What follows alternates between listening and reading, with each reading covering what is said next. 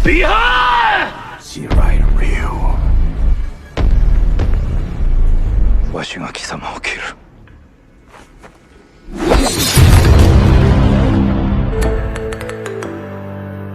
Hai Sobat Spoiler, selamat datang kembali di channel Young Forky yang menginformasikan buat kalian para penikmat konten spoiler. Kali ini gua akan membawakan sebuah alur cerita dari film yang berjudul Mortal Kombat yang dirilis tahun 2021. Film ini menceritakan aksi seorang petarung jalanan menyelamatkan dunia dari ancaman makhluk dari dimensi lain. Film ini disutradarai oleh Simon McQueen yang diperankan oleh salah satu aktor Indonesia, Joe Taslim, Jessica McNamee, Lewis Tan, dan nama-nama besar lainnya. Nah, kalau kalian penasaran, langsung saja kita masuk ke alur cerita film Mortal Kombat.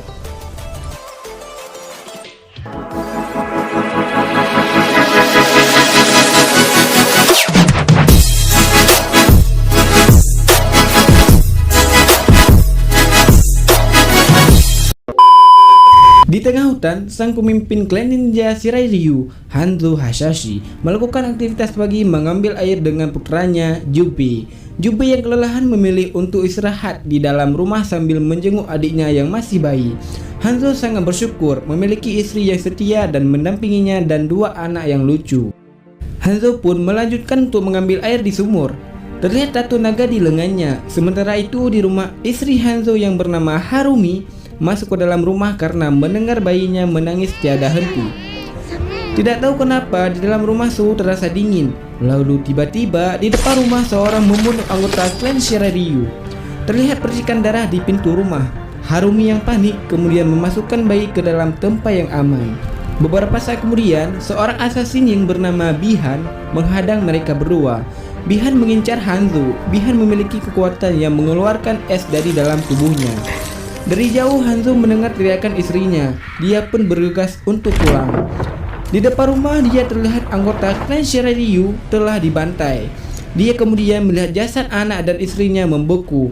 Mereka berdua tewas dalam kondisi yang mengenaskan. Hanzo pun sangat terpukul. Menyadari ada pergerakan dari belakang, Hanzo langsung bergerak dan membantai para assassin klan Leng Kui yang mengepungnya. Hanzo mengambil gunai yang diikat dengan tali. Dia mengayunkan gunai dan menebas semua pasukan Leng Kui yang ada di sana. Hanzo lalu berjalan mencari keberadaan pemimpin Leng Kui, Bihan. Bihan ternyata ada di depannya yang sedang duduk di atas batu. Bihan menjelaskan kalau dia datang ke sana untuk membantai Hanzo dan seluruh anggota klan Shirai Ryu beserta keturunannya. Hanzo yang marah itu pun langsung mengayunkan gunainya dan pertarungan pun tidak bisa terhindarkan. Mereka berdua memiliki kemampuan yang hampir seimbang. Hanzo sempat terkena tusukan namun dia masih bisa melawan. Bihan kemudian berhasil merebut kunai dari tangan Hanzo. Dia menusuk pundak Hanzo. Hanzo yang sekarat menyuruh Bihan untuk mengingat wajahnya. Hanzo pun akhirnya tumbang. Bihan kemudian pergi. Sore harinya ternyata Hanzo masih hidup. Di sisa-sisa akhir tenaganya dia mendengar suara tangisan bayi. Bayi itu adalah anaknya. Hanzo berusaha bangkit dan merangkak maju menuju rumahnya. Namun ternyata dia tidak sanggup lagi. Hanzo pun akhirnya tewas. Dan tiba-tiba muncul kobaran api yang menyelimuti tubuhnya dan membuat tubuhnya menghilang. Beberapa saat kemudian, di tengah hujan lebat, sang dewa petir Raiden datang dan memeriksa sisa-sisa jasad Hanzo. Dan dia mengambil gunai milik Hanzo dan masuk ke dalam rumah. Di dalam, Raiden mengambil bayi Hanzo dan membawanya pergi.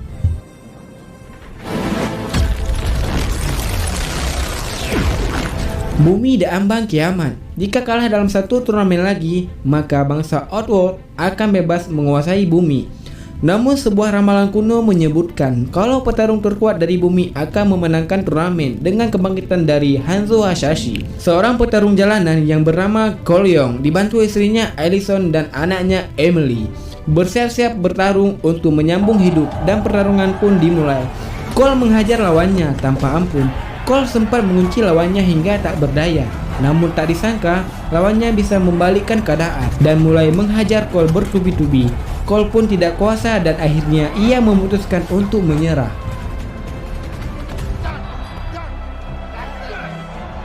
Scene berpindah ke dimensi lain yang bernama Outworld. Bihan yang sekarang berubah menjadi Sub-Zero menemui pemimpinnya Shang Tsung.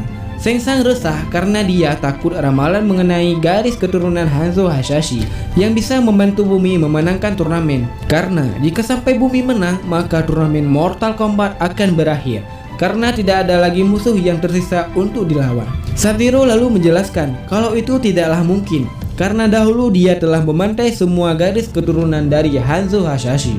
Shang Tsung kemudian memerintahkan Sub-Zero turun ke bumi untuk membunuh semua peserta turnamen dari bumi sebelum turnamen dimulai. Seusai bertarung, sesekali Cole Young melihat penampakan sosok aneh. Dia lalu menemui putrinya. Tiba-tiba datang seorang pria yang sudah memperhatikan mereka saat Cole bertarung. Pria itu bernama Jack. Jack yang tertarik dengan tanda berbentuk naga di tubuh Cole Young. Dia penasaran apakah itu kudis atau apa. Emily lalu menjawab kalau itu logo naga milik ayahnya, sudah ada sejak lahir. Cole Young kemudian pergi dan meninggalkan Jack. Nice chatting with you. See you around, champ. Di dalam rumah makan saat sedang menyantap makanan, Emily merasakan hal yang aneh. Di sana turun salju, padahal saat itu masih musim panas. Namun tiba-tiba meja di depan Emily mulai membeku. Dari jauh terlihat Sub-Zero mendatangi tempat itu. Sub-Zero melempar ribuan es batu ke arah Cole Young dan keluarganya. Beruntung, Jack mendatangi mereka dan mengajak mereka masuk dalam mobil. Saat di dalam mobil, Jack menunjukkan logo naga di tubuhnya. Dia menjelaskan kalau makhluk tadi mengincar semua orang yang memiliki logo tersebut. Di tengah jalan, tak disangka Sub-Zero ada di depan mereka. Jack lalu menyuruh Cole Young membawa keluarganya ke tempat yang aman. Setelah itu, Jack memberikan alamat seorang wanita yang bernama Sonya Blade.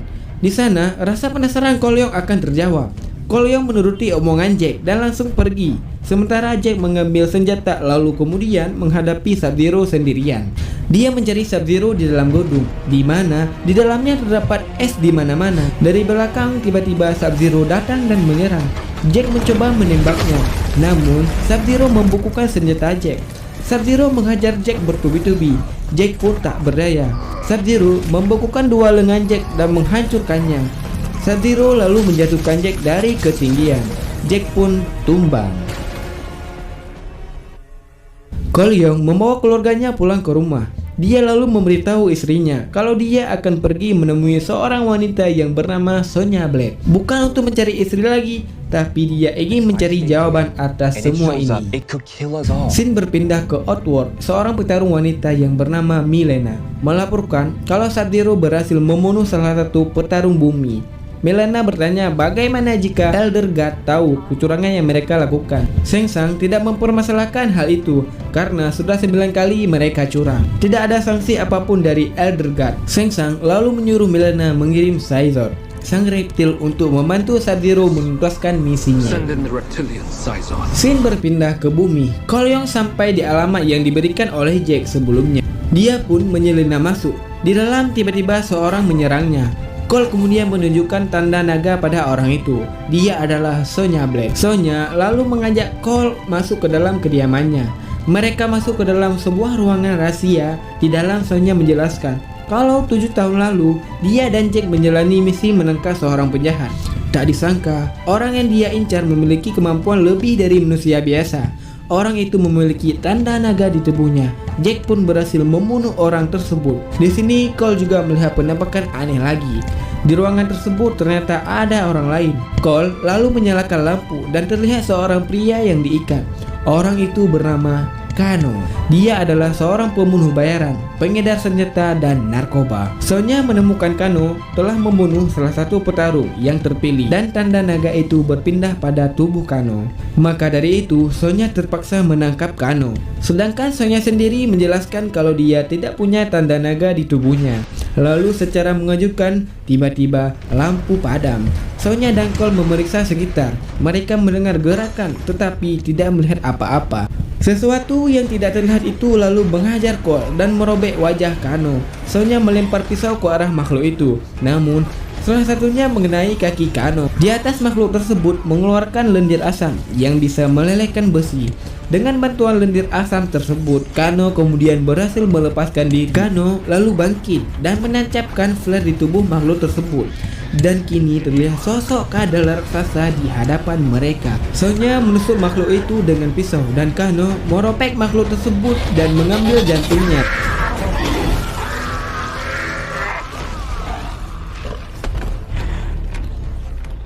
Sonya lalu memeriksa berkas yang terbakar. Dia bingung karena petunjuk menuju Kuil Raiden musnah.